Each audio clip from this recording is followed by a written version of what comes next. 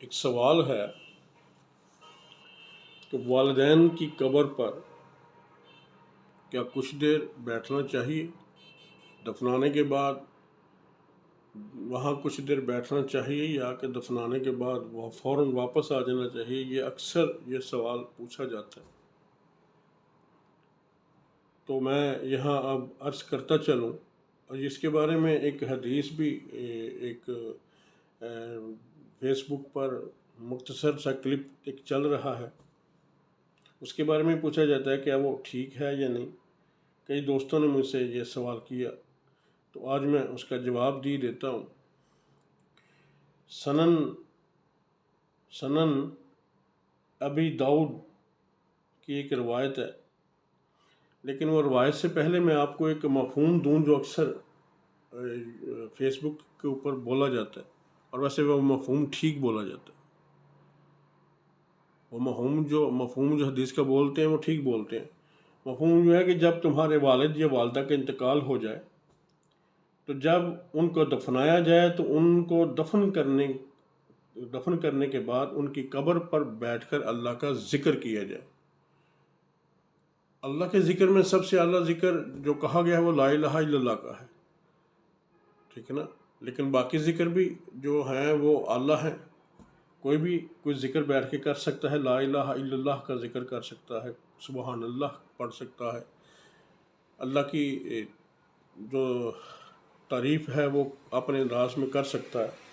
وہاں بیٹھ کے اللہ کا ذکر کرتا رہے، کتنی دیر کرتا رہے؟ جتنی دیر ایک اونٹ کو ذبح کر کے اس کا گوشت تقسیم نہ کر دیا جائے، اتنی دیر وہ وہاں بیٹھ کے اللہ کا ذکر کرتا رہے۔ اس سے کیا ہوگا؟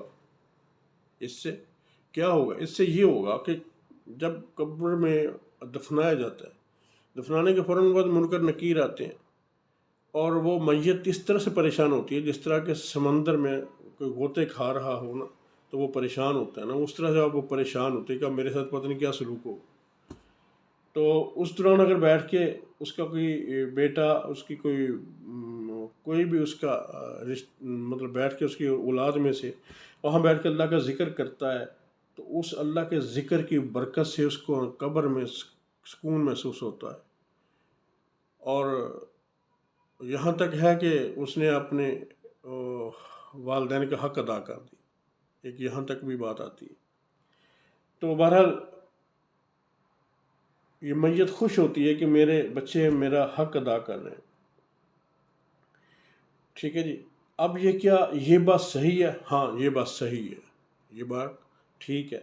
سنن ابی داؤد کی روایت ہے، باب استغفار میں حدیث نمبر 3221 ہے۔ تو یہ حضرت عثمان غنی رضی اللہ تعالی عنہ سے روایت ہے کہ نبی کریم صلی اللہ علیہ وسلم میت کی تدفین کے بعد کچھ دیر ٹھہرتے اور فرماتے کہ اپنے بھائی کے لیے مغفرت کی دعا کرو۔ یعنی مفہوم دے رہا ہوں اس بات کا، کیونکہ ٹرانسلیٹ جب کرتے ہیں ہم عربی سے، وہ اپنی زبان میں تو سیم ٹو سیم وہ الفاظ تو نہیں ہوتے نا، وہ ہماری زبان کے قاعدے اصول کچھ تھوڑے سے اور ہیں، عربی کے کچھ اور ہیں، لیکن مفہوم میں کچھ الفاظ آگے پیچھے بھی ہو سکتے ہیں، لیکن مطلب وہی ہوتا ہے جو مطلب فرمایا جا رہا ہے۔ تو فرمایا مغفرت کے لیے اللہ سے دعا مانگو یا مغفرت کرو، تو اس کے لیے منکر نکیر کے سوالات کے جوابات جو اس نے دینے ہیں اس میں وہ تاکہ ثابت قدم رہے، کیونکہ اب اس سے سوال کیا جائے گا۔ تو اس ضمن میں اونٹ والی جو روایت ہے اس کا ذکر یہاں تو نہیں ہے، یعنی یہ جو روایت میں نے ابھی آپ کے سامنے پیش کی ہے اس میں اس اونٹ کا ذکر نہیں ہے، بلکہ یہ اونٹ کی جو مقدار کا ذکر کیا گیا ہے پیچھے ایک میں نے جو مفہوم دیا آپ کو، اس میں وہ صحیح مسلم کی ہے، لمبی حدیث ہے، اور وہ کتاب الایمان میں حدیث نمبر 202 میں وہ درج ہے۔ تو وہ حضرت عمرو بن عاص رضی اللہ تعالیٰ عنہ اس کو بیان کرتے ہیں، ٹھیک ہے جی۔ اگر کسی کو دیکھنا چاہے تو وہ وہاں جا کے دیکھ سکتا ہے، ٹھیک ہے۔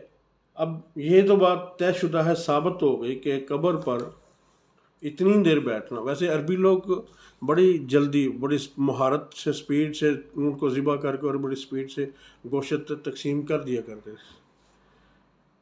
بہرحال اتنی دیر تو کم از کم بیٹھا جائے. اندازہ آپ خود لگا لیں یہ کتنا 1 گھنٹہ بنتا ہے, 1.5 گھنٹہ بنتا ہے, یا 2 گھنٹے بنتے ہیں, یا آدھا گھنٹہ بنتا ہے. میں گھنٹے کی بات نہیں کرتا, میں تو کر رہا ہوں وہ حدیث کے جو الفاظ ہیں کہ اتنی دیر کم از کم تو وہاں پر بیٹھو نا, بیٹھ کے اللہ کا ذکر کرو. ادھر ادھر کی باتیں نہیں کرنی ہے, اللہ کا ذکر کرتے رہو. اذان دے دو, اذان بھی اللہ کا ذکر ہے. اللہ کا ذکر کرو, سورہ والضحیٰ پڑھو, سورہ یاسین پڑھو, سورہ طٰہٰ پڑھو, قرآن کی تلاوت کرو, گریا کرو, اللہ سے رو کے دعا مانگو اپنے والدین کے لیے. آپ کے والدین آپ کے لیے رو کے اللہ سے دعائیں مانگتے رہے, اور آپ اب اپنے والدین کے لیے رو کے اللہ رب العزت سے دعائیں مانگیں. وہاں پر بیٹھ کے اللہ سے اس بات کی دعا مانگیں کہ مولا یہ اب مجھے سنبھالتے خود قبر میں چلے گئے کہ میرے مولا بھی ان پر رحم فرما, اس طرح رحم فرما جس طرح یہ مجھ پر رحم فرماتے رہے.